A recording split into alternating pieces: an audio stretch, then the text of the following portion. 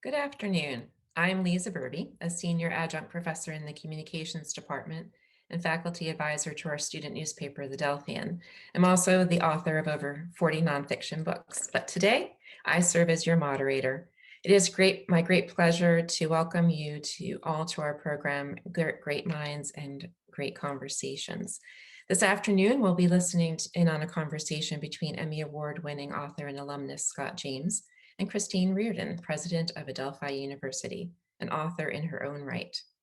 Scott James majored in communications at Adelphi and served as features editor of the Delphian. Experiences, he says, have laid the foundation for his successful career as a journalist and author. His latest book, Trial by Fire, a devastating tragedy, 100 lives lost, and a 15-year search for truth, covers the investigation of the February 2003 Rhode Island fire that killed 100 concert goers and injured hundreds more. Scott is the recipient of 3 Emmy Awards for his work on television news, and since 2009, his reporting has appeared in the New York Times.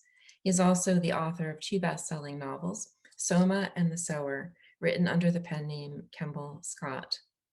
Christine Riordan is Adelphi's 10th president and the first woman to serve in that role. She is an internationally recognized expert in leadership development, team building, and diversity and inclusion, and is recognized for her groundbreaking initiatives to personalize and transform the higher education experience. Dr. Riordan has published nearly 70 academic and business press articles and is authoring Shift Happens: How to Adapt and Thrive in a Rapidly Changing World of Work. Scott and President Riordan will be discussing Scott's latest book, Trial by Fire. They will take questions from the audience towards the end of our conversation. So if you would like to send in your questions through the Q&A function, I'll ask them on your behalf towards the second part of our program. Now, we're going to watch a short clip that's going to set the stage for our discussion. Sit back, relax, and enjoy what is going to be a very stimulating afternoon. It was a night like any other, a festive club filled with laughter and fun. But as we all know, it would be a night that would always be remembered. February 20th, 2003. The aging rock band Jack Russell's Great White performed at The Station, a small roadside nightclub in the old New England mill town of West Warwick, Rhode Island. The show began with fireworks, 15-foot blasts in a club with 12-foot ceilings. A trickle of flame crawled up the wall. Moments later, columns of fire. In seconds, the stage and then the club became an inferno. 100 killed, hundreds hurt. The deadliest single building fire in modern American history, the nation's deadliest rock concert. As families mourned their dead and burn victims struggled to survive, the questions were overwhelming. Was this an accident or a crime? The nightclub had passed government fire and safety inspections. Why did it go up like a torch?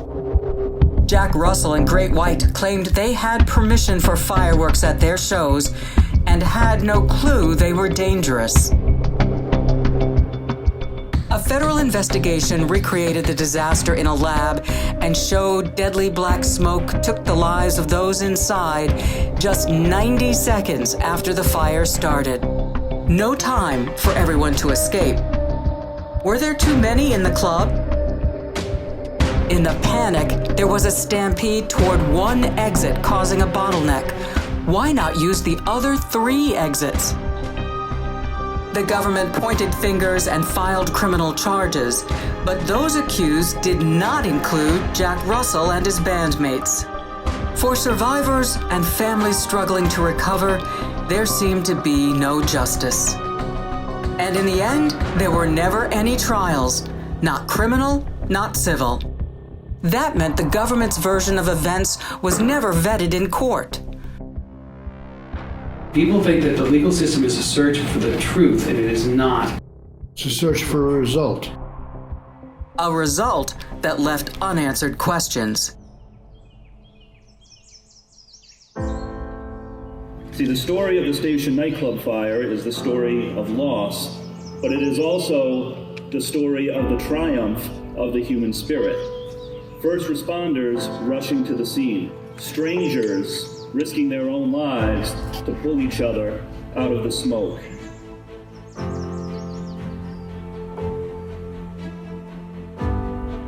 Now, a fuller explanation of what happened has emerged. Key figures have shared what they know for the first time. A story of people put through a crucible, of survivors, heroes, victims, villains, of a system that's supposed to be there to protect us. Wow, it's really powerful. So without further ado, let's bring Scott James and Professor Christine Riordan into the conversation. Welcome to both of you. You know, I have to say that I found this book to be gripping from the first pages. And I knew, because I read the news reports, what happened. And so it still was incredibly suspenseful for me as a reader. And so I have to ask you, what prompted you to write about this book, this very tragic story? Well, Liza and Professor Dr. Riordan, thank you for having me here at Adelphi. I'm glad to be back after so many years. Look, I grew up in a suburb of Providence, Rhode Island. And in fact, I would return there and run a TV newsroom for many, many years. But by the time of this fire had happened, I had long since gone on with my journalism career. I was working out in California, and so I was quite detached from it.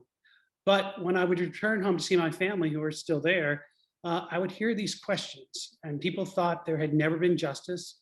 They felt that they had never received the full story because there had not been any trials. And so after hearing this for several years, I decided to just start asking some questions of my own to try to find out what they were talking about. Right. Well, I was wondering if you can talk a little bit about your research process for the book, especially since you're living in California. This took place on the East Coast. Well, it was interesting. It was actually took me nearly 10 years. It was about 10 years ago that I started this project. That's how long it took because of going back and forth to the East Coast to talk to people. But one of the things I found out fairly early on in the process was there had been 3 mock trials. So mock trials, for people who don't understand what that is, basically, even though there were never any real trials, there were these practice trials that attorneys for both the prosecution and the defense did with people who represented the type of people who would be on an actual jury. And in those mock trials, I had discovered no one was convicted. The people were found not guilty. And so I thought that was interesting because the public thought this was a slam dunk case, that we knew everything about it, that these people who were accused were guilty as heck, and it was an open and shut criminal prosecution. But in fact, there was a clue, a very early clue for me, that that really wasn't the case. So I started talking to people. I went through tens of thousands of pages of documents, some of it previously secret grand jury testimony. Then I started interviewing people. And the way I constructed the book was I tell the story through the eyes of a few people who represent the many. Remember, there are 100 people dead, hundreds were hurt. The ripple effect here hit thousands of people and families across the region of New England. So I picked a handful to represent the many. And they're not just any people at random. The people I tell the story, through the eyes of the story, are people who are in the room at crucial moments of this tragedy, not just the fire itself, but in the aftermath and in the investigation. And 2 of the people I was able to persuade to speak to me were 2 of the people who were the accused killers, so to speak. And so they tell their version of events for the first time. And this has been an eye-opener.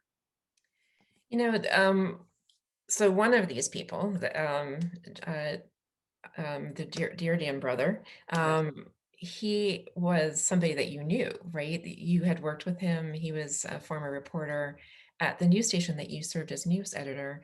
And I was just wondering, how did you approach him and his brother when they were very angry with the way the media had covered them? Right. So, a trial by fire, the name of the book comes from the idea that, there's kind of a a justice system where you're basically guilty no matter what. And so these two brothers who are the co-owners of the nightclub, Jeffrey and Michael Didarian, Jeffrey had worked for me. He was an employee of mine about 25 years ago. He was a reporter and I was a news director at this TV station. And so I thought this would give me kind of an edge over everyone else, that I would approach these people and maybe they would tell their story for the first time. But it wasn't easy because they felt they had been so mistreated by the news media. They had been the victims of bias and erroneous reporting. And so when I went back thinking, well, I knew this guy, I worked with this guy, he worked for me, maybe he'll talk to me. He didn't want to talk to me. They hated the news media. They didn't want to have anything to do with them. So, and it's interesting, he was not the only person who worked for me. It shows you how small the media business can be, especially the media business in a place like Rhode Island. One of the defense attorneys for probably the biggest nemesis of the nightclub owners, and different defense attorney for someone else who was accused, he also worked for me as a reporter. One of the weird twists on this tragedy was that it was all caught on videotape, because there happened to be a TV news reporter in the room who was filming another story when the fire happened. So his camera was rolling as the fireworks let off, as the fire consumes the place. And that person also once worked for me as an employee. So there were all these different people. And it's interesting, they all did eventually talk to me and share their story. The TV news photographer, who, by the way, was doing a story about public venue safety. How ironic is that? When the fire happened, he had never spoken to anyone. And then he spoke to me for the book too. And again, gave an interesting perspective. They had declined because, this is a very controversial case. There's very little upside to talking about it, I think, for these people. Even for the photographer. And also these people are terribly traumatized. Jeffrey Didarian, for example, the person who was a reporter who worked for me, he was inside that fire. He experienced what happened. He lived through that. And so for me, going back and asking people to basically relive the worst moment of their lives again and again and again for the purposes of writing a book was difficult. Yeah. Hey, Scott, following up on that, I know you and I have had conversations about this, but you did interview so many different people and emotions and the trauma that was associated with this fire all the way around, just as you mentioned. How did you maintain kind of a journalistic perspective, an agnostic perspective to the entire investigation? And how did you stick with it for so long? Well, it's really interesting. Agnostic, sure, but you're still a human being. And so you would do these conversations, and it was rare that it didn't become emotional. I can think of only a handful of times when an interview didn't devolve into some tears or teariness or upset. And so it's interesting, those people, some of the people, I was trying to decide who I would include as the main subjects of the book, who to tell this story through their eyes. I talked to a lot of people, and people who didn't emotionally connect were not the people I chose to make the main subjects of the book. So obviously I was drawn to people who could connect on that level, but it was difficult. And of course it was more difficult for them than it was for me. So, that was hard. So one of the processes I developed over the time was that I would interview a person about a scene, about something they went through, and I would write a chapter, kind of a draft. And then a few months later, I would fly back to Rhode Island, and then we would do what I would call a kitchen table read. And I would put the draft on the table, and the person who was the subject, whose story it was shown through their eyes, plus anyone else who might have been present during that moment, sat at the table, and we all read each word, each sentence, each noun, each verb. And the person had to basically say, yeah, that's how I was feeling at that time. You represented that accurately, or no, that's not what I was thinking. But that second process, those kitchen table reads, really became transformative, because when we did that, all sorts of other information and thoughts bubbled to the surface. And so the book sometimes is compared to a novel in the way it reads, because we have such an intimate connection to the people, the subjects of the story. And the intimacy happened because of these kitchen table reads, because we revisited the material and people were able to think more and remember more. And sometimes they remember things that you would not include in, say, a New York Times story, say something about their relationship with their mother. They're like, well, that wouldn't go into a news article, but it sure can go into a book, and it tells you something about the person, and it makes you connect with them as a human being, because a lot of us have interesting relationships with their mothers. And now all of a sudden this person does too. And I'm relating to them more because I have that information. I wanted to ask you a little bit about, this book is narrative nonfiction, but you've been a journalist for a really long time. And so I wanted to ask if we can sort of step back to the beginning for a moment before we continue to talk about the book, about where you got your early journalism experience. Well, yeah, it's funny, and this is going to sound like a promo or commercial, but it was at Adelphi. I mean, when I went to Adelphi as an undergraduate back in the early 80s, my ambitions were to be a filmmaker. I always wanted to do storytelling, but Adelphi had just won the Student Academy Award, had won an Oscar. And so I was like, what's this school, with this, that's not NYU and not located in Hollywood, and it's just won the Oscar. This was amazing to me. So I went and was a communications major, and I worked on television stuff. And then at some point I decided I was going to try to write for the school newspaper, for the Delphian. And my first thing was being assigned things related to films, because that was my area of interest. Mm-hmm. And eventually I became the features editor. It was an amazing job, by the way, being in the New York City area and being a student newspaper editor. I mean, I interviewed Lucille Ball. Lucille Ball, think of that. She was arguably one of the most famous women in the world at the time. I remember seeing her in New York City and stepped out on the sidewalk with her. It was like the entire Manhattan became silent and everyone looked, and that was Lucy. But other people too. I mean, it was great. It was a great adventure. Dr. Ruth Westheimer, before she was famous, she was talking to student newspapers. So yeah, I was bitten by that journalism and having some fun doing that. But then came a twist. Somebody dropped a story on my lap that was kind of an investigation of a possible misuse of student funds. And so we ran this investigative story, and it caused quite a ruckus. And I ended up being named Student Journalist of the Year for the New York City area. And all of a sudden, journalism wasn't just frivolous and talking to celebrities, but journalism actually was, wow, these are some meaty issues, and you can do something there. So when I left Adelphi, I eventually went into television news. So I combined my love of movies and that type of storytelling with journalism. Did you didn't start out to take journalism classes then, or communications classes? No, but being there and taking them there, you had adjunct teachers from the New York Times. So the person teaching my journalism class was a current writer for the New York Times, which was an amazing thing to have as an experience. And the classes are very small. I feel, I might be remembering this, it's a fantasy, but in my mind, I felt like I never had more than a dozen students in a class. And as a writer, that type of really intimate attention, personal attention, actually the professor is actually going to read what you wrote. You're not in a lecture hall with 700 other students. This was really important as a creative person, get that type of one-on-one feedback, which I think is somewhat unique. Yeah. I was thinking, we're talking about the process for your book and how you sat down with the people and you let them review what you had written. And I always tell my students that, that's pre-publication review, and it's not something that editors prefer you to do. But obviously, as a journalist, you knew that, but you decided that this process was best for the development of your book. So, well, look, it's different to say, to do that process versus what you would do, say, working on a news story. Mm-hmm. People who write for the New York Times don't run their drafts by the White House press room and say, hey, can you sign off on this? That's not really what we're talking about. Even the process that I'm talking about doing and taking that deeper dive, in the end, I'm the one who 100% decides what's going to be in the book.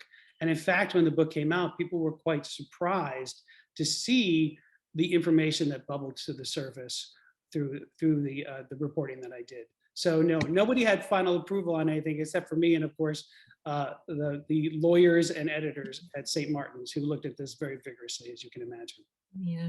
So Scott, when you and I visited in San Francisco right before the pandemic, I know we talked a lot about the different people that you were trying to interview and some who would not participate. And clearly, as we had talked about, it impacted people in so many different ways. And you knew that there were going to be some people who were not going to agree with your position. Could you talk a little bit about that and how you chose to include information and not include information, and how you kind of reconciled that whole idea of knowing people were not going to be happy. Some people were not going to be happy with Sure. what you published. Well, it's really interesting that in the end, because there's so much documentation, some of it was previously secret, everyone is heard from in the book. Even if there were people who declined to do a formal sit-down interview with me, they have made statements either under oath or with others that I have access to. A couple of great examples. Jack Russell, the lead singer of Great White. Now, he and I went back and forth. We spoke briefly on the phone multiple times. And trying to get a sit-down interview with him was difficult. He kept canceling on me. And so finally, we got the time arranged. He lives down outside of Los Angeles. And so I was ready to get my car and drive down the next morning. And he called me up and he basically asked for money. He wanted to be paid cash in order to do an interview, which of course is not something that we do in journalism, especially people who we are investigating. He's the subject of my investigation. I'm not going to pay him money. And so when I made it clear to him that that's not how real journalism works, we don't pay people to be included in our stories, he canceled the formal interview. So that was unfortunate. But we do hear from him because he said an awful lot of things. And one of the revelations in the book that had never been reported before was that he has a very serious criminal record that involved an attempted murder case years before this fire happened. So it was fascinating to me that the prosecutors, and I'm not even convinced to this day that even the prosecutors knew about this, because it would happen when he was a very young man. He was subject to a different type of legal system where he had to be released by his 21st birthday because he was under a certain age. It's possible those records were sealed, although I'm told that prosecutors should have found them. So if you're trying to do an investigation and figure out who are the bad guys here, who are the people who should we really take a close look at, I would look at the guy who has the really serious criminal record and went to prison for an attempted murder. So, but they didn't. And so those are the type of things you find when you dig. So look, Jack Russell is an interesting character. He has said a lot of things over the years. It was interesting. I talked to this guy who was working with him on a documentary, and he basically said to me, like, hey, even if you had spent 5 days with the guy, you might have get 10 minutes of honesty from him. He's just that type of character. But, you know, documents sometimes have to speak for others. But hostility came to me actually in one form from another member of the media. So I take a very tough look at the reporting that was done during this fire, because I felt like it caused some problems in the investigation and maybe have thwarted the investigation. It certainly thwarted what the public would find out about this fire, the way the media handled it. So there are certain scenes in the book where you'll see very early on in this tragedy, there was an attempt to control the narrative by the local newspaper, a very powerful organization, by state officials. They were trying to control what the public would know about this. And they were not successful in getting key people to talk. For example, the nightclub owners, the Delphian brothers, because they felt they had been treated, they were the subject of bias in reporting, they vowed never to report, to do an interview with any journalist, including the local newspaper. And this caused a lot of anxiety. And so over the years, though, the newspaper has doggedly pursued them, showing up at their house and trying to get them to do interviews. So one incident happened actually 10 years after the tragedy. They felt that the local newspaper had kind of threatened them, kind of tried to coerce them into doing an interview with some sort of scheme that would pressure them. If you don't do an interview with us, we may do a story about your children. Oh. So they felt that was very upsetting to them. Now the newspaper says that's not the way things happened, but you know what? That's how the brothers felt. And so I include that in the book. And of course, as part of my process, I have to go to the reporter who allegedly made this, tried to muscle these folks and say, so what happened? What's your version of events? Well, she immediately threatens to take legal action against me for even exploring this and reporting on this. And so in this day and age, you know, a threat of a lawsuit can sometimes derail a story. It can spike a book. Now, St. Martin's did stand behind me and we had a discussion about it, but she certainly knew, that reporter for the Providence Journal certainly knew that by making that threat, she threatens to scuttle my entire book, 10 years worth of work by doing that. So I thought that was very telling for a person who's saying, hey, we don't bully people. And the first thing she did was try to bully me. So eventually the truth would come out. she did eventually say that, well, I did reported what I was going to report, and she did eventually say to the media when the book came out that what I said was a fair representation of what actually happened. So you can read the book to go through the drama of it. But so from my own ranks, there was an effort to kind of scuttle this project. You do a really good job of explaining the corrupt history of Rhode Island. Yes, it's a colorful state. But also throughout the book, you keep getting reminded how everybody knows each other. I mean, it was remarkable to me. And so knowing that, I'm sure that when you said you were writing a book, then everyone knew that. And so were there people who closed ranks against you from the moment they heard that you were writing a book, or how did it impact you? Lisa, that's an excellent question, because I was so careful to keep this under wraps. Every time I talked to a person, I would say, please, just keep this to yourselves. And I have to say, I think it really was kept under wraps for an awful long time. I was allowed to really do some good journalism before doors started closing on me. But then it's interesting, at the very end, all of a sudden, doors that were closed, or I thought were permanently closed, suddenly opened when we came closer to publication date. So for example, the Attorney General of the state, a guy named Patrick Lynch, he had rebuffed all of my requests for an interview, a sit-down interview to go over things. But in the end, he did speak to me, and he was very forthcoming. One of the prosecutors who said, there's no way I can talk. He had all these legal reasons why not, but he did. He was very, very helpful in the end. So I don't know why all of a sudden the flip was switched, but it was really incredibly helpful to hear from those people and get more from them about, well, why did you choose? Basically, this is a complicated situation. This is a kind of a fire that happened because a lot of things went wrong at the same time. And frankly, if just one of them had not gone wrong, no one would be dead. So knowing that this is kind of the perfect storm of fires, why'd you just say, hey, forget all that. It's just these three dudes. Just go after these three dudes, which really wasn't an accurate portrayal of what happened. It's not just these three people that they decided to target for prosecution. It was more complicated than that.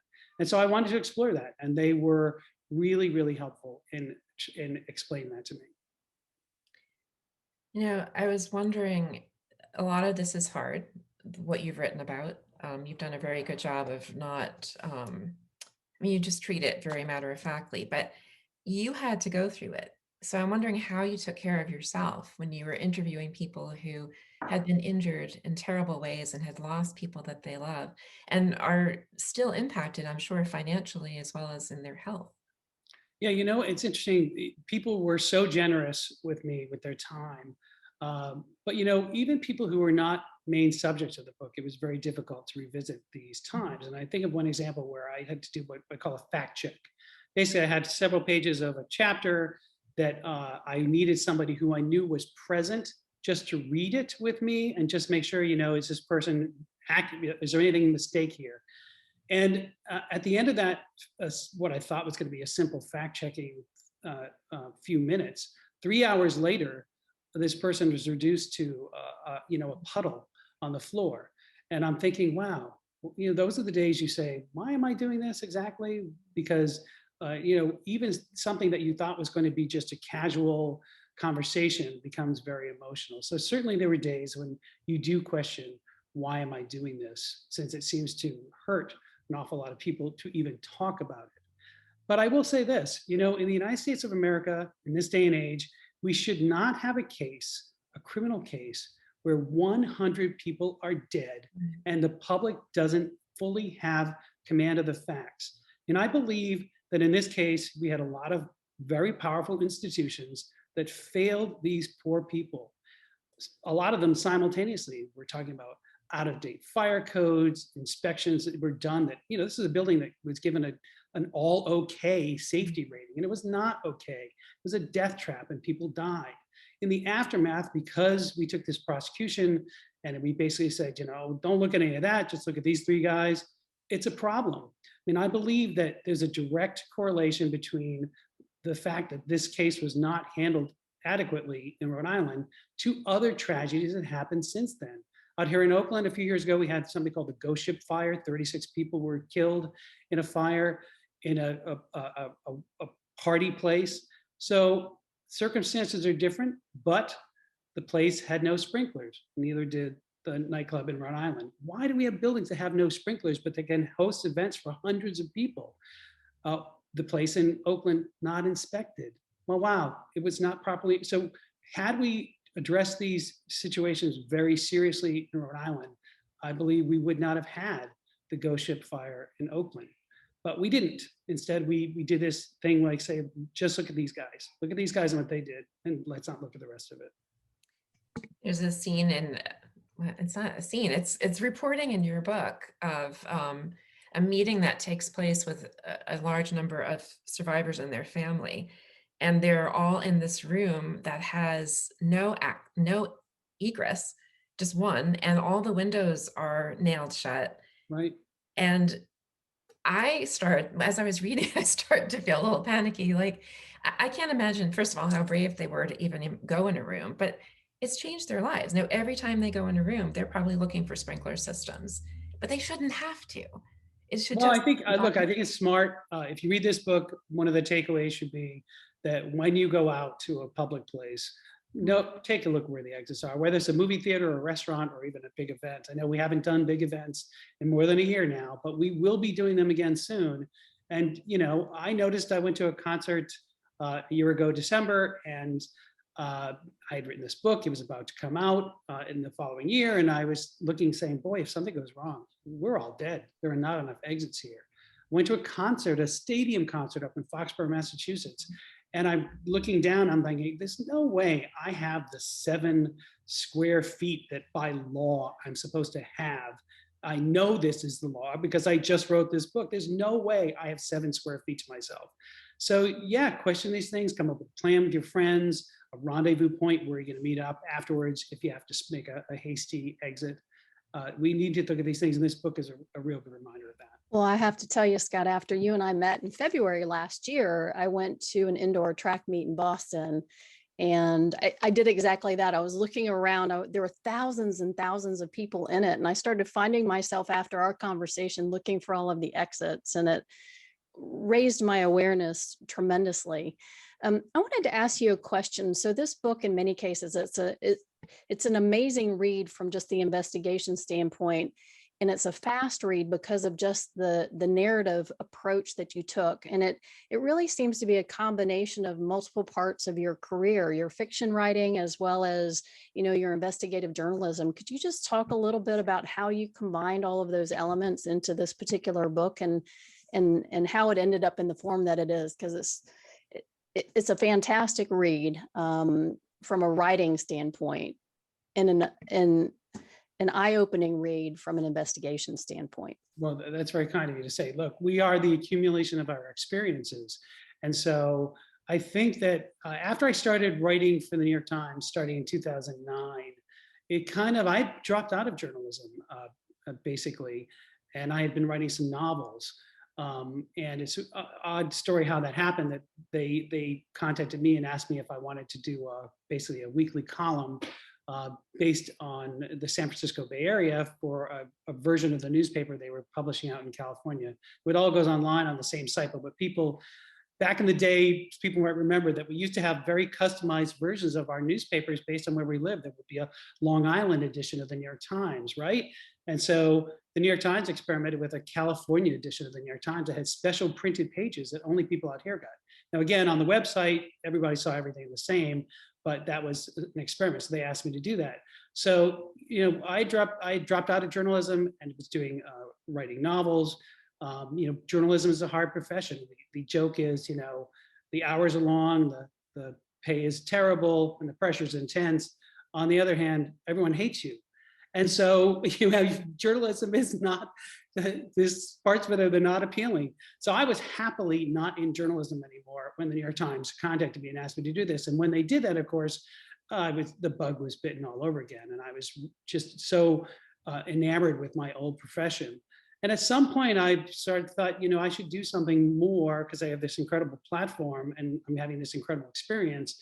And the New York Times has very, very exacting standards, which really pushed my game to a new level. And I thought I'm ready to take on a hard project now.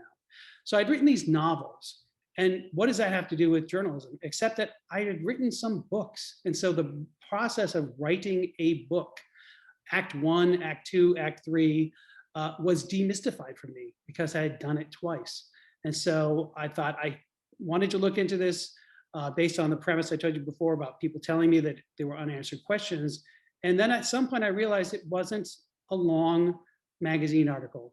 It was more to it, that it could be an entire book because there was so much material to work with and so many twists and turns. And I feel like every day I worked on this investigation, I'd find out something that was like, what, really? You'd have those epiphanies every day. So it all added up, and that's how it became a book instead of just a long magazine article investigation. Mm. You know, I'm imagining that you're having difficulties promoting your book during a pandemic. I'm just guessing. So how's that going, and what are you doing? Well, look, I thought about this because getting to talk to Dr. Riordan and her book on shift, and we do have to kind of react sometimes to our situations, and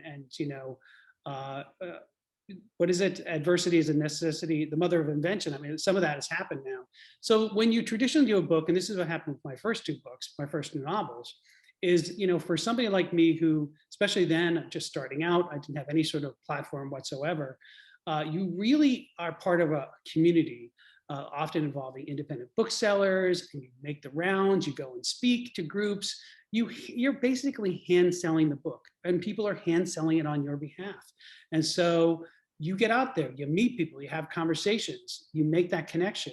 You have hopefully, inspire people. They become apostles for your work, either independent booksellers or readers themselves. And that's how a book can make its path, find a readership.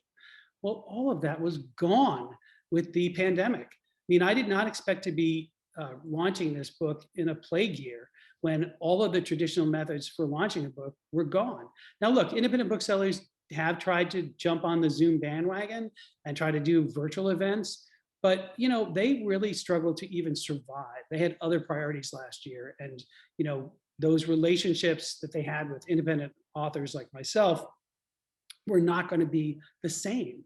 So it was hard. One of the things you saw, I started out this session with this clip about the book.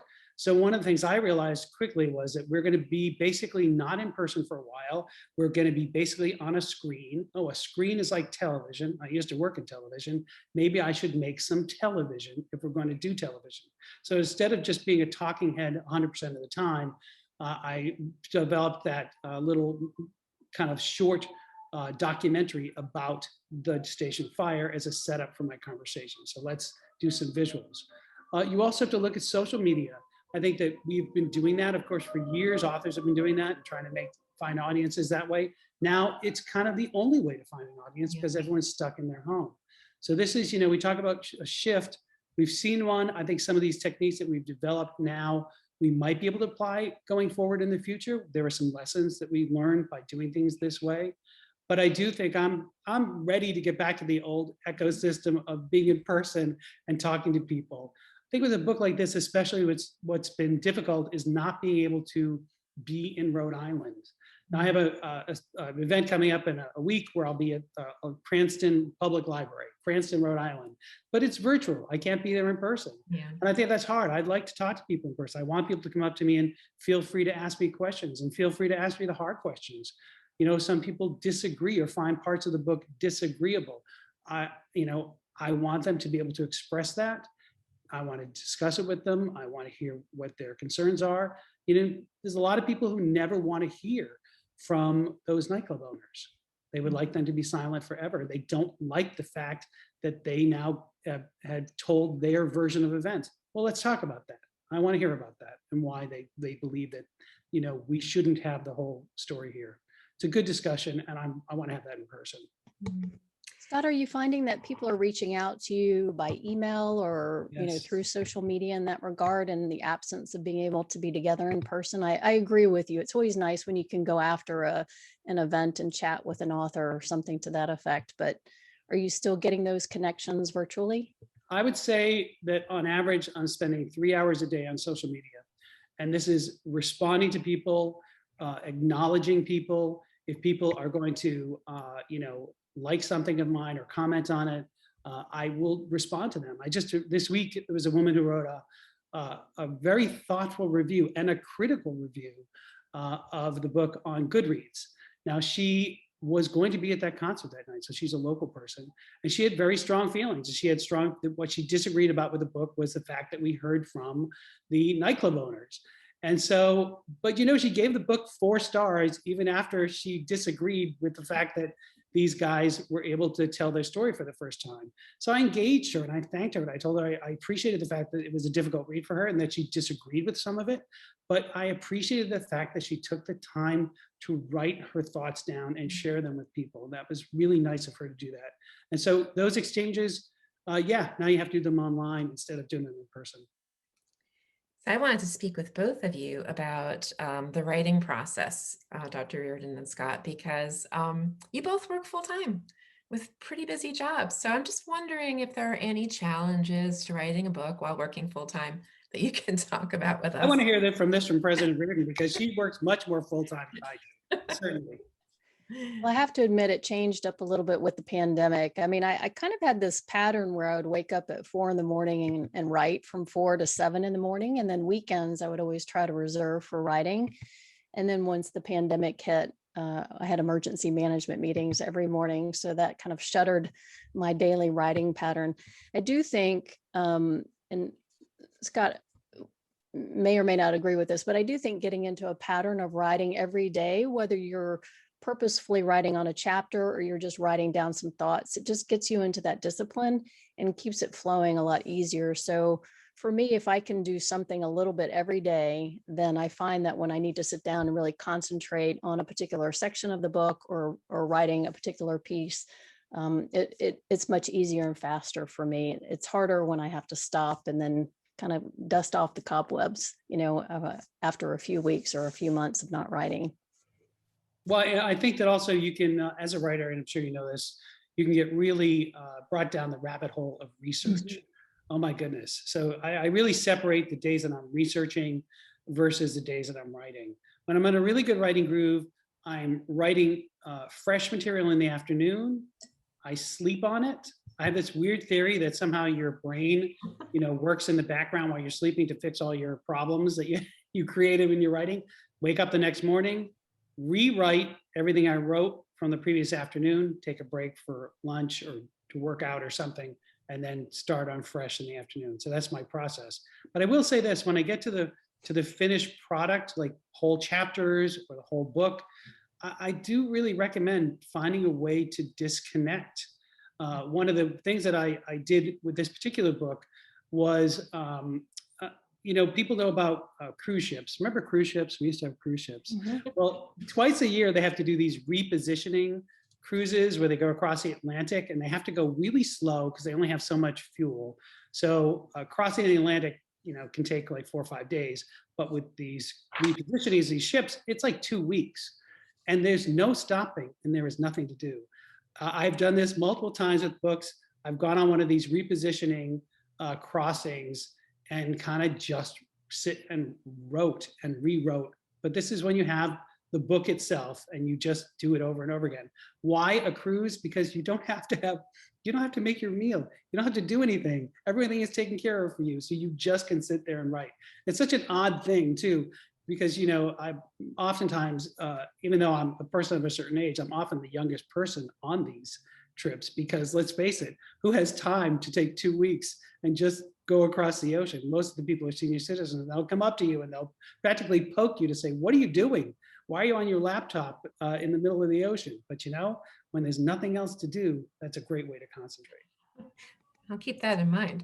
Oh, and by the way, and these trips mine weren't that elaborate. Mine used to be on plane rides and on when I was driving in a car, I would often miss my exit because I was like crafting an article or something in my head. So I've got to step up my game in terms of that time and maybe try out a cruise. Well, look, these repositioning crossings are often a fraction of the price of a regular cruise because nobody wants to do them. And in fact, I'm not the only one who's figured this out. I remember last time I did it, there was a guy, a younger guy, and I said he was with his laptop and he was working on his PhD thesis. So he had figured this out too. So I've heard people do it on big tanker trips, ships too, but those you're committed to like 6 weeks and you can't get off. That's a little bit too much. That might be a little tough. Yeah. So, so we talked about the challenges. I'd like to talk about the flip side, the joy of writing, and what makes you eager, both of you, what makes you eager to get back to what you're working on? Well, for me, honestly, the writing is the most joyful part of the process. The rest of the process with putting together a book, whether it's, the publishing process, finding an agent, selling your book, I mean, all of that is part of the business of publishing. But I think the actual joy is when you're in that moment, in that groove, in that tunnel, where you are really hitting all the cylinders of writing, and that's just complete bliss when you get to that moment. It's hard to get to those moments, but that to me is the greatest joy of it. Yeah, I would agree. I think it was surprising for me when I started. I've been writing for many years and used to just train myself to write for whatever period of my career I was in. Whether it was publishing in academic journals as an assistant professor, you have to write a certain way. Or when I moved to writing for popular press like Harvard Business Review or Forbes, I had to write a certain way. And then tackling a book was also changing and shifting my style and approach towards writing. And Scott's right. I've always loved, the actual process of writing and creating. What has been interesting for me is all of the other things that go around with it. The editing, getting readers' reactions. I use beta readers a lot for both popular press articles as well as the chapters in my book. The process, as Scott mentioned, of finding an agent, the whole process of setting up kind of marketing and social media and everything that goes around with it. So while you like to think that writing a book or writing articles in its purest form is just about writing, you also have to know that there's all these other things that surround it and not get frustrated by them. Because I think if you get frustrated by all of those things that surround it, sometimes it cuts down the joy of actually writing. And I think, as Scott mentioned, it's like getting to the purest form of why are you writing it? Who are you writing it for? What's its intended purpose? And then kind of going through that process, and then also knowing, I think, that you're going to have to do these other things to ultimately get it published. So that was eye-opening for me, is to understand everything else that goes into writing beyond writing. I think you have to have the fire in the belly for this, because you're so right. It's about, you have something to say, and that has to be your driving force, because the whole business of publishing is complicated. I'm fascinated by people who think, I'm just going to go out and make a lot of money and become a best-selling author. It doesn't really work that way. If your motivation is to make a lot of money, do not become a book author, because 95% of books fail to make back their investment. It means that basically, on paper at least, 95% of books lose money. The entire industry seems to be held together by hits, and that's not unusual. The movie business works the same way, television works the same way. So if you're in the creative world, that's the way it works. So as a business decision, don't write books because you think you're going to make money, because that's not the way it works.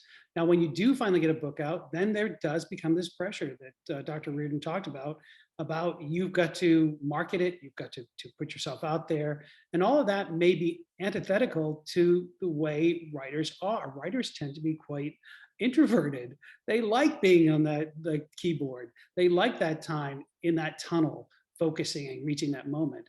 So it's hard for writers to be also marketing gurus and things like that. So think about what you want to say and make sure you have the passion to stick with it, because that's what's going to get you through it. The rest of it is kind of overwhelming, to be honest. One of the things I always tell my journalism students is that they have to understand that this is a business. And once they can understand all the parts that you're both speaking about, it helps them to let go of the ego and then be stronger about dealing with all these other aspects. I mean, rejection is such a part of being a writer.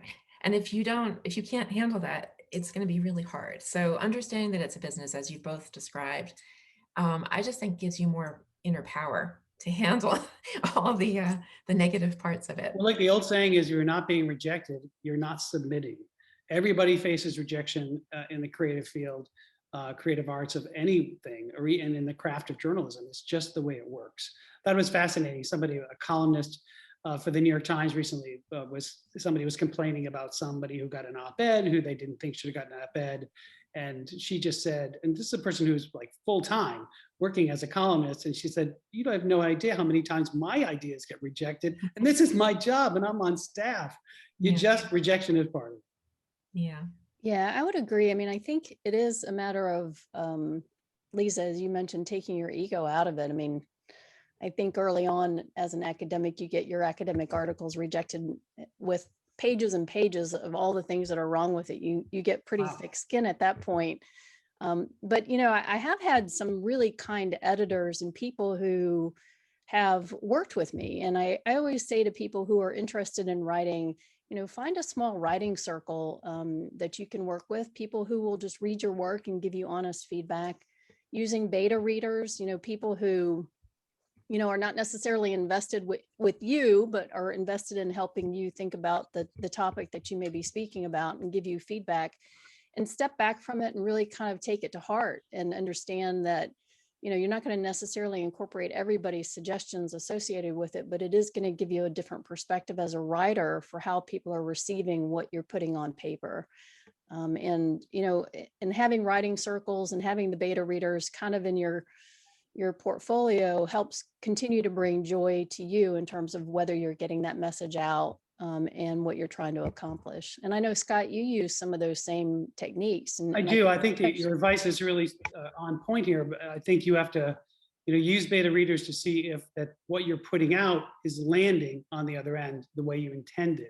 And so that's hard because, a lot of people can get wrecked by being part of writers groups, for example, because sometimes writers go into groups for other agendas. They want to make themselves feel smarter than you, so they're going to critique your work in a mean-spirited way. So you have to separate what out is real critique that you should take to heart versus critique that you should not. I'm just thinking here of a funny anecdote with the book because, now that it's published, now I'm subject to critique, not just from critics, but also from the public. People can critique it on Goodreads or Amazon. And one person, their critique on Amazon was, love the book, found it very compelling, could have put it down, et cetera, et cetera. And that said, but I didn't like the paper it was printed on. It felt flimsy to me. 3 stars. I'm like, what? 3 stars? You have no control over that. But I mean, so that's, you put on your big boy pants and just say, okay, that's not legitimate criticism. I'm sorry. I'm glad you love the book, but you're going to actually slam me because you thought the paper was flimsy. Yikes. So, and that happens when you put yourself out in the real world. So look, when you're looking for critique, and Dr. Riordan talked about beta readers, for me, for my reading process, I call them my focus group. I got friends of friends of friends, people who did not personally know me, so that they could feel free to criticize. They also, in my beta readers, I picked no one who knew the story already. So people from the Northeast were not included in my initial readers. This is when you're trying to figure out if the story is working, if the structure is working, if there are unanswered questions. So people from Oklahoma and Texas and California were the people who I got those early critiques from to help me make sure that I had filled in the gaps on the story correctly. Yeah, that sounds like a really important thing to do. It's almost like you're trying to choose a jury pool. Sure. Hasn't heard about. Yeah, but look, eventually the book, well before it's published, goes to people who intimately know the story, and then they threw rocks at it in a different way that was very, very helpful. People who were experts on the fire, like the top expert on this fire, people who were experts on the legal case. I mean, it got its tires kicked in a lot of different ways. But, look, the basic storytelling premise is you have an act 1, act 2, act 3. Act 1 is a man gets chased up a tree. Act 2, people throw rocks at him. Act 3, the man comes down from the tree. So things don't always fit so neatly into act 1, act 2, act 3 when you're dealing with the real world and a true story. So, but I think that to a certain extent, we do have those elements in all of our journeys that we can draw from to help, you know, people along in the story. We have as human beings, we are somehow have a way of understanding story. So making sure that what you're putting out is landing on the other side the way you intended. It's important to get that check. Yeah. So Scott, I know you're really invested in helping writers develop. Do you have any additional advice in terms of people developing their craft and their skills? Look, one of the things I'm part of out here in California, part of the co-op, we call it the San Francisco Writers Cooperative. And basically it's a place where people all go to work, a co-working space, which, you know, people were hesitant to do during the pandemic. More people are doing it now, coming back to work now. And so having a bunch of writers, even though you might be working on all different things, gathering, even if it's just an energy you're putting off between rooms of like someone's doing a screenplay, someone's doing a nonfiction book, someone's doing a novel, someone's doing journalism. When everyone goes to the same place to do writing, they leave their home, they go someplace where it's dedicated only for that, it somehow makes you more productive. You know, we have an expression called the AC ratio, which is very complicated math, and AC stands for ass to chair. The amount of time that you spend sitting in that chair actually doing the work, you're going to improve. You're going to get, you know, and if you're not in the chair doing the work, you're not going to get anything done. So yeah, so those type of things, the group dynamic helps. Being part of a good writers group, if you can find one, is really, really helpful. So, and also read. I can't say this enough. If you want to be a writer, you've got to be a good reader. You just have to read. Yeah, I think of Francine Prose's book, Reading Like a Writer, you know, which is kind of the primer on that topic, is you really have to get in and just read everything, every genre, and just kind of look at the craft elements that are used in the different books. Yeah, agreed. Dr. Riordan, what narrative resources have you been using to work on your book? Like they call them mentor texts. Yes. Well, you know, I do use a lot of the craft writing books. So Francine Prose's book is a good one. Vivian Gornick's The Situation and the Story is another good one. I think it's Robert Butler's From Where You Dream. And then as Scott mentioned, I actually take a lot of different genres and then I map the writing. You know, I actually go in and kind of look at the techniques that are being used in the different books, and I'll physically map them out. So you'll see all kinds of notes on the side of on the books that I have, and particularly for the style of book that I'm currently writing, I mapped out 3 or 4 that I thought were kind of in that same area. And then also, just as Scott mentioned, I just read, because then you kind of you're reading the flow instead of like doing an analytical process, that I'm just kind of reading it. So, but I do have a whole bookshelf full of craft books and things like that. I do find that if I get too caught up in the craft elements when I'm writing, I stop myself. And so I'll often go back to the craft elements in either the first or second or third edit and try to look at it from that perspective. So I try to separate out a lot the writing and the editing process as far as how I approach a project. Do you want to tell us a little bit more about what your book's about? Well, it was interesting because Scott and I were talking about it in February of last year, and it was literally just a few weeks before we were hit with the pandemic. But the editors will change my title, but right now it's called Shift Happens: How to Adapt and Thrive in a Rapidly Changing World of Work. And in short, it's teaching people how to be their own career and job coach so that they learn how to adapt to any type of situation or change that may come their way at work. And obviously this pandemic was something that made everyone shift and learn how to adapt to a whole new environment. It's what I call in the book, what I had called in the book is a shocking event. So 2008, when the world economic market collapsed, that was a shocking event that impacted almost everybody. The pandemic is a shocking event. So I don't talk about the pandemic as much in the book, other than referencing it as part of this shocking event. But I do talk a lot about, you know, the cognitive, the behavioral, and the emotional process associated with change.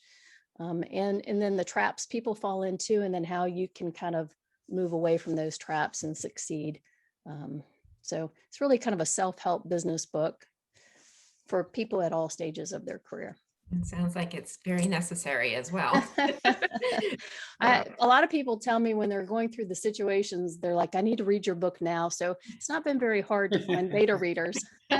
It's when things are going well that we don't need a book like mine. Right.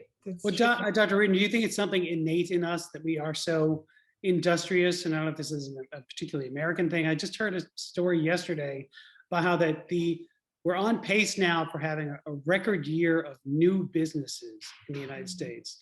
So to me, that was fascinating that, that there's such optimism and hope that people are like, they really want to get back to it. New businesses, not, I'm reopening my restaurant that I closed, but a new business. That surprised me. Well, a lot of what I write about, and it's, it's a research-based book. So it's based on a lot of the psychological and management research.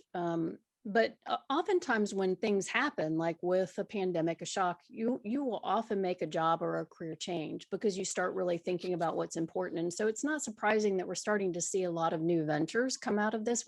We saw the same thing happen in 2008 as well. It's a time that you start reevaluating, and then you start thinking about maybe what's next or what you want to do going forward. One of the things we are faced with, I think, as a country and as a world, the biggest gap that we're going to be facing is what they're calling upskilling, in terms of people having the skills necessary to do the jobs tomorrow, next year, the following year, because of the technology changes. And many companies are having a hard time training people to keep up with the changes that are happening at work. So I do think that we're going to see probably a lot more innovation. And at the same time, we're also going to see the need for people to really think about their skill set and whether they need to change it or shift and adapt to new skills to be able to thrive in those new environments. Wow. So, we have a bunch of questions. I have a whole bunch that were sent to me ahead of time. I have some that are in the chat. Your cruise has been getting some buzz. Apparently a lot of people would like to do that, Scott. The cruise that you have in mind. I have to give out the name and the link to the cruise. Oh yeah, you have to do that. So I wanted to ask you, Dr. Riordan, if Sure. you could talk a little bit about, so your book is it going to be narrative nonfiction? I mean, is that what you're working on? Well, no, I mean, it's a nonfiction self-help book. I do use some narrative nonfiction elements in it because I use real life case examples to illustrate the point. So mine are much shorter, but so it's probably like a 3-page case vignette that really gets into those kinds of techniques. Not like Scott's as much. So Well, hopefully we'll be able to hear more from Scott in a minute. But I wanted to ask you, as long as we're waiting for him to come back on, our students, especially our graduating students, are really facing, I mean, yes, there are new jobs being created, but they're really facing an unusual time in their lives. I'm just wondering what advice you might have based on the research you're doing for your book, from your own experience, that we can give our students who are on the call. About yeah, I mean, I understand completely. Actually, my daughter, who was a senior at WashU, graduated last spring, and so for her, also looking for jobs during the midst of the height of the pandemic, in many cases, was unsettling. And I actually used a lot of the material in the book and talked with her a lot about it, of just really thinking through what all of her options were in terms of career choices and what it was that she was really interested in, and continuing to encourage her to reach out in different ways and different activities that she could do to ultimately find a position that she loved, and just kind of understanding that it was going to be different. Our expectations are at one level, and part of it was just really adjusting our thinking around it and embracing the change for what it is and trying to make the best of the situation. So yeah. I would also say to all of our students who may be graduating this semester, please reach out to our career services office and work with the team there. They're fantastic in terms of helping you with your resume and really helping you think through the types of paths that you may want to pursue. Yeah, absolutely. And there have been virtual internship opportunities for our students who Yes. reach out and have the Yeah. great experience. Thank you for coming back, Scott. Yeah, guess- sorry about that. That was definitely California, not you. A brownout. No, well, I'm gonna raise some questions that are in the chat, and then I have a list that were sent ahead of time. So one of the things that we were asked is, at what point in your process do you decide on genre? That's a good question. Well, I think for me, it was just, basically when I realized I had so much material, it was not going to be a standard journalism long form story, that it had to be more than that. So at some point you just realize it doesn't fit in 10,000 words. Okay. And what facts ask you to gravitate toward the questions of fiction as opposed to unpacking the world from the gaze of nonfiction? Like what skills do you employ for screenwriting versus fiction versus journalism? So it's kind of like a whole. Well, for my novels, it's really interesting. For my first one, I really drew from real life. I moved to San Francisco, and from a relatively small town into a big city that was kind of overwhelming in all the things that San Francisco was very famous for being. And so I was the proverbial fish out of water. I was the guy who had the khaki pants and the button-down shirt in a city where that's not the way people dress. And so when I wrote my first novel, each chapter was based on a real tale of the city. So it's interesting. My first instinct was to do a type of journalism in that I was reporting on things that really existed in the city, but doing it through a fictionalized eye. So look, people have said that, fiction is a way to get to truth through lies, which is a really interesting comment, right? You're making stuff up, but you ultimately are trying to get to some sort of truth, even if you're writing a novel. So with nonfiction, of course, you have to stick to the facts, and that's harder to navigate because you have to basically, you can't make up anything. You have to stay true to what exactly happened to that person. So that's harder. I think one of the things that I learned, and that was at a conference I went to with folks from Adelphi, saw this guy, Eric Larson, who's famous writing a book called Devil in the White City. He writes nonfiction masterpieces, this guy, one after another after another. And somebody finally said to him, how is it, Eric, that you have these books that have a perfect act 1, act 2, and act 3, when that's not the way real life unfolds? And he said, well, I only pick stories that have an act 1, act 2, act 3. It was kind of brilliant. But of course, sometimes the story picks you, and then you have to go and find the act 1, act 2, and act 3 where it might be. So our next question is actually the one that I was asking you as well before things happened. What is next for you? Like, what are your future projects? Well, it's really interesting. I don't know what I'll take on for my next book. I do know that I will be sticking with this and promoting this book for quite a while. I think books these days, one of the things I learned in talking to people or listening to people who have had books that have been successful is that you have to really stick with it for a while. Books have a long tail. Books really do sell by word of mouth. I think of somebody like Rebecca Skloot, who wrote a book called The Immortal Life of Henrietta Lacks. Now that book has, I think, never gone on the bestsellers list once it got there, but people don't realize it was not an instant hit.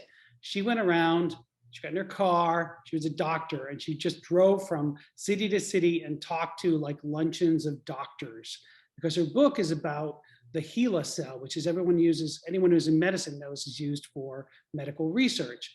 Well, she had found out the truth. The HeLa cell was actually named after a person.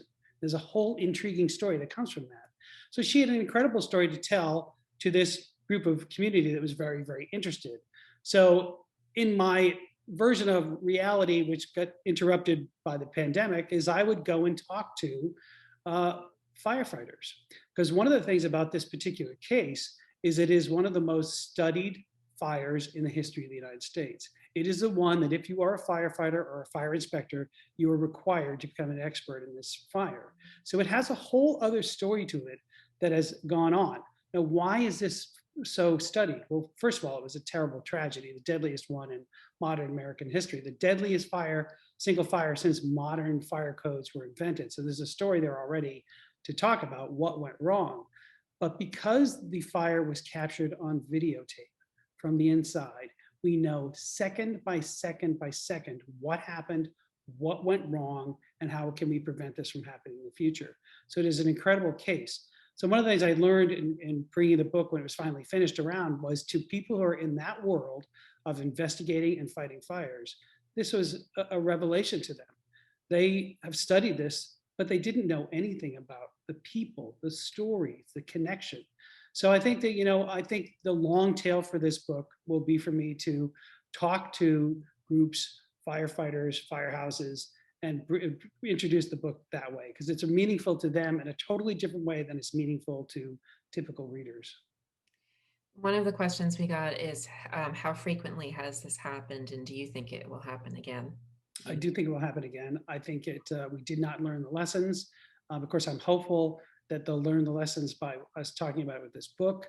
The book, I can't say too much about it, but the book is scheduled to receive some national news media attention next month, which will raise its profile considerably. And so hopefully that will also prompt a national conversation about this and raise these flags again. I think that it's unfortunate that the lessons were not learned back in 2003. And I do think we're susceptible to this happening again. So one of the factors in this that made it such a deadly fire was the nightclub was filled with foam, soundproofing foam. And I'll share one little brief story about that. So look, those of us who work in television or radio or broadcasting have been surrounded by soundproof foam forever. If you walk into a recording booth, you see it on the walls. It's what keeps the sound in so you can get a nice recording. So the nightclub was filled with this because they wanted to keep the sound inside from disturbing the neighbors. Unfortunately, it wasn't sound foam. It was packing foam, which is highly flammable. It's like an accelerant. It's like solid gasoline. And this place was filled with it. This is why so many people died so quickly. So this foam is everywhere. So when the book was about to come out, I'm part of this writers community I talked about, and we had done an expansion, and I wanted to get some soundproofing into the writers. Well, of course, I've written this book, so I knew, well, you better make sure you have the right one, not the flammable one. Make sure you buy the one that is, flame retardant, certified, etc. So I go online and I buy this. I get it from Amazon, actually, and it has the certification, all the paperwork. This is flame retardant foam. Before we install it, I said to the handyman, would you just go out into the courtyard, cut off a little piece of it, and just try to light it on fire. Just use a light. Don't use a blowtorch. Just use a little Bic lighter. See if you can ignite it. And videotape it, because I need to make sure that I'm covered in any event of a tragedy, that I did my due diligence. It went up like a torch. Oh my gosh. It was highly flammable.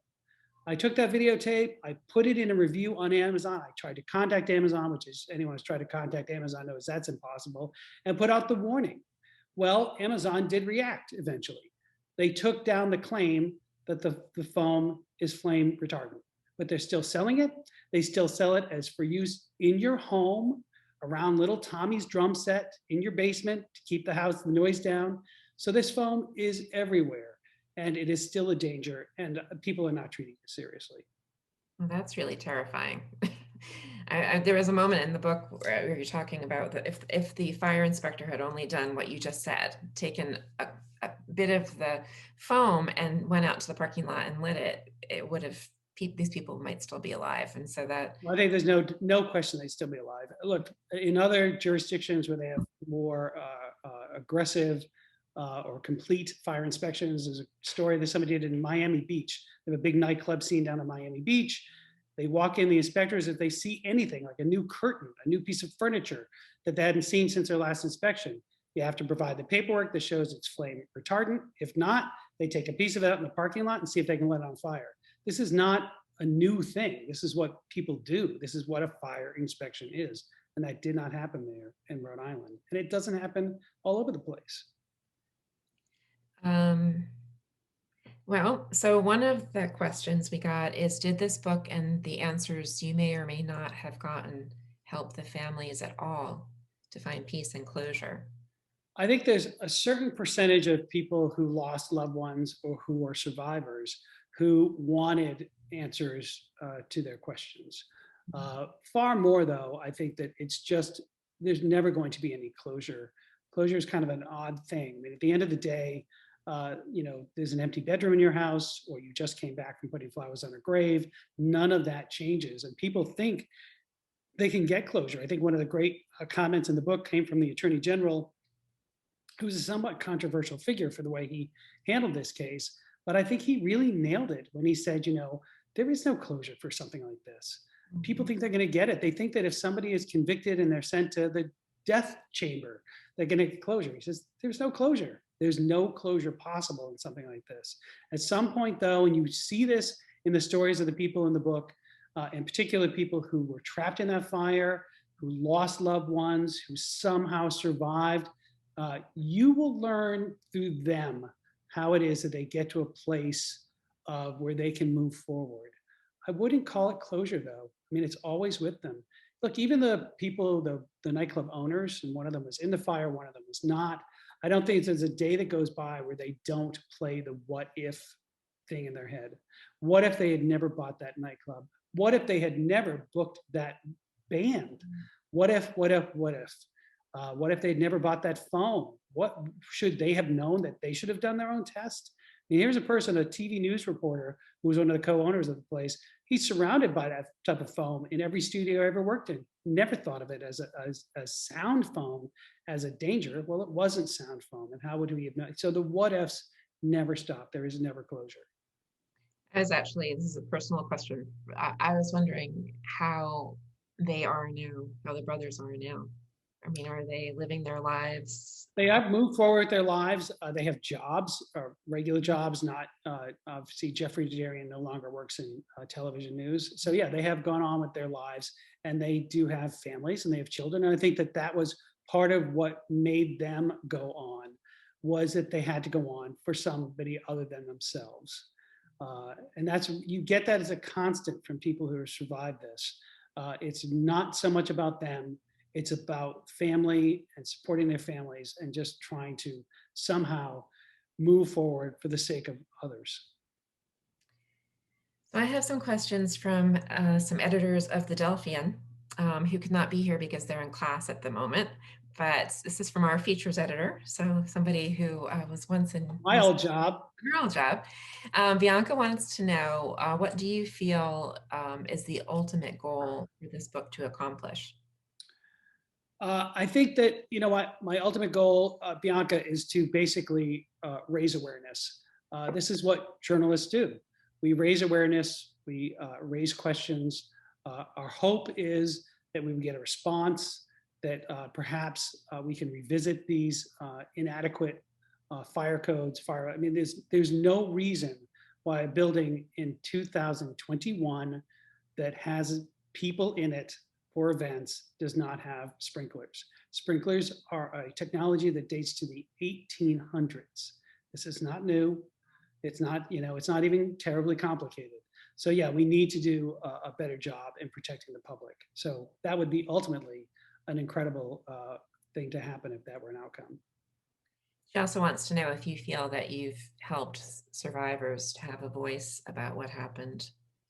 I think so. I think the people who represent, the handful that represent the many, they might be more towards the hopeful side of things than some people. Some people went to a very dark place after this and never came out of it. We talk about that in the book. We talk about those people. But the person who I choose to be one of the main subjects, she goes to the very dark place, and it is very dark. But then you see her come out of it and something happens, and you're there with her to see the change. What is the trigger? What makes her turn the corner? I think ultimately that's a more helpful story for readers to experience, because we all have been in places that are dark. Well, you can't get darker than what happened to this person. And yet somehow she turned a corner. And so you look at that, and there's something to learn there. Yeah, that was one of the most hopeful parts of the book. I really was moved by that. People who say they were, some people say they were moved to tears by some of these stories, but it's not tears about the horror. I mean, we do talk about the fire, we do talk about what happened, and it's very, that's emotional. But people cry when people succeed, when people overcome. I mean, at least I do. I still get choked up even talking about it now when I think about certain people and what they did with their lives in the aftermath. is much more emotional to me than the tragedy itself, which is a different type of emotion. The one that pushes my buttons is when people overcome and achieve and succeed. I have a couple of questions from our current sports editor, who's going to be next year's editor-in-chief, Max. He wants to know, before writing for the Delphian, did you enjoy writing, or was that your first experience? I think I enjoyed writing and storytelling since I was a small child. I remember one of the, especially, it's interesting how my journalism interests were very young. I kept a clip file. So this is kids, you've ever heard of newspapers? They were actually on paper at one point. And so you would get the paper and you would take your scissors and you would clip out articles that you wanted to keep. And so I had this thing when I was like 8, 9, 10 years old, where I would clip articles out of the newspaper. Well, at that point in time was a very heady moments in America. I was like clipping files of like the Watergate controversy, like a 10-year-old kid, and all these terrible George Wallace assassination attempts. Well, anyway, so my mother finds this manila file with all these incredibly horrific stories collected in it. And I think she probably thought, my goodness, am I raising a serial killer? Why in the world is he saving these things? So she got rid of it and said, stop that. But my grandmother must have heard something else in this telling of the story. She went out and got me a typewriter. And it was, I remember it distinctly, it was red and it was a child's typewriter, but I started writing on that typewriter starting at like 10 years old. Oh, that's really moving. That's Oh, fantastic. Get grandma support. So Max also wants to know how working on the Delphian helped you with your career. Well, I think that it was transformative. I would not be in journalism today if it weren't for my work on the Delphian, no question. I mean, I really, doing that one story that was controversial, really taught me about the value of the media, of the press. I started to think about, we talk about that the news media is the fourth estate. So we have our 3 branches of government, and the fourth estate is the watchdog over the other 3. And I understood that, even though obviously we're talking about a school controversy and not the government of the state of New York, but still it was a lesson, and I took it with me. I think about those times to this day. Wow, that's really impressive. And I have a last question, which is also from Max, and that would be for anyone who's still listening. Are there any tips or advice you would tell your younger self while you were in school in these journalism classes and working on the Delphian that you wish you had known then to help advance your career? All right, so one of the things that my observation is one of the things that people suffer from in journalism, and probably in any creative field, is that you sometimes are worried about your own abilities, and you can feel very insecure. And I think that's a terrible situation to be in if you're going to be a creative person and work in the creative fields at all. So one of the things that happened to me after this very heady experience at Delphian and being named student news journalist for the New York City area of the year was I went to journalism school, and I went to Columbia University Graduate School of Journalism, which is still is a master's degree in like 9 months. And so it's like boot camp, it's very intense. So one of the things I learned at Columbia was having a sense of self-worth. I could see that these were allegedly, the cream of the crop, so to speak, were handpicked to be in this school and to be in that program. And so I looked to my left and looked to my right, and I realized that this person might be better at something than I am, but I'm better than others at other things. So I quickly dispense with that insecurity that really, really undermines people in the world of journalism. And I see professional people to this day who their insecurity is what makes them make bad decisions, do bad journalism, do unethical things. So I was very, very fortunate that and I would not have gotten into Columbia, by the way, if it weren't for that incident at the Delphian. So I see how it all adds up. But by going to Columbia and having that kind of heady experience there, it made me realize I had something to offer. I might not be the best at some things, but I'm pretty good at others. And that has been a very valuable thing. So find that in yourself. Find that way to understand what your value is. yeah, there might be somebody who's better at something than you are, but so what? You're better at the hustle. You're better at writing. You're better at whatever it is you're better at. And try not to be insecure, because you're surrounded by insecure people. The person who is not is the person who tends to prevail. And that kind of loops back to what we were talking about earlier about being able to let go of your ego in order to be able to succeed. So Right. Ego is different than right. It's different. We're talking about different things. yeah, that's true. Well, I think we could probably go on all afternoon as all good things have to come into an end, I think we need to have everybody join me in thanking Scott and President Riordan for spending the afternoon with us. I wanted to hold up your book one more time. Oh, thank you so much. And thank you, Dr. Riordan. I'm helping you with promotion here. Exactly.